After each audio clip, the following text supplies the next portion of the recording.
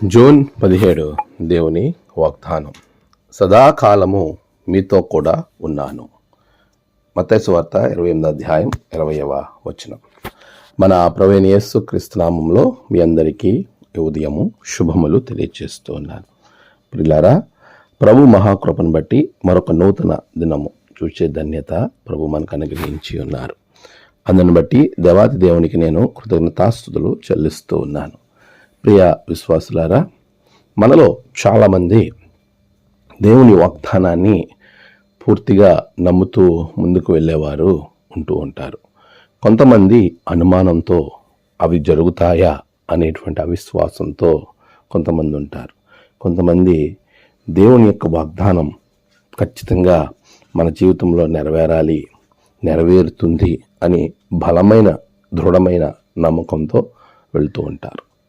ఈరోజు మానవుడు ఏ విధమైనటువంటి ఆలోచనలతో ఉన్నప్పటికీ దేవుని వాగ్దానం ఎప్పుడు కూడా మారనిది, అది శాశ్వతమైనది. ప్రభు చెప్తున్నాడు, ఈ లోకము అంతరించిపోయిన నా మాటలు మాత్రం గతించిపోవు.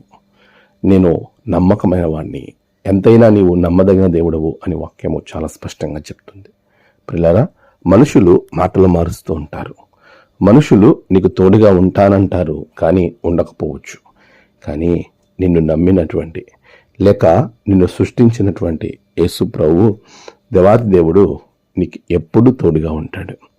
ఆయన ఆరోహణమవుతూ ఇచ్చిన వాగ్దానం ఇది. ఆయన మాట ఇచ్చి మాట తప్పేవాడు కానే కాదు. నువ్వు అనుకోవచ్చు, నాతో ఎవరూ లేరు, నేను ఒంటరిగా ఉన్నాను, నాకు ఈ కార్యం చేయడం చాలా కష్టంగా ఉంటుంది, ఎలాగా నేను దీన్ని సాధ్యం చేయగలను అని నువ్వు భయపడుతున్నావా? భయపడనవసరం లేదు.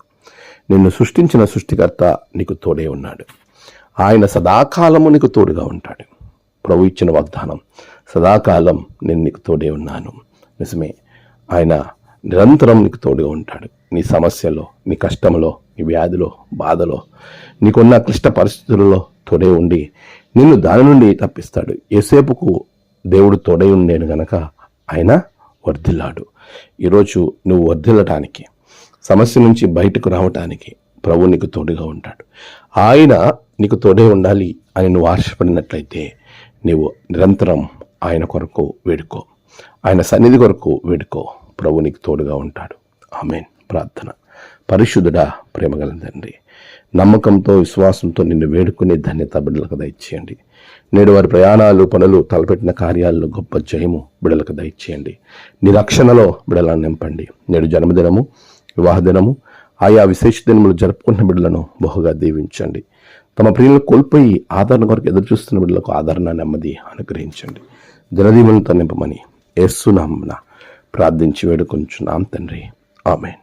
తండ్రి, కుమార, పరిశుద్ధాత్మ త్రియేక దేవుని దీవెన మీకు తోడుగా ఉండి నడిపించునుగాక. ఆమేన్.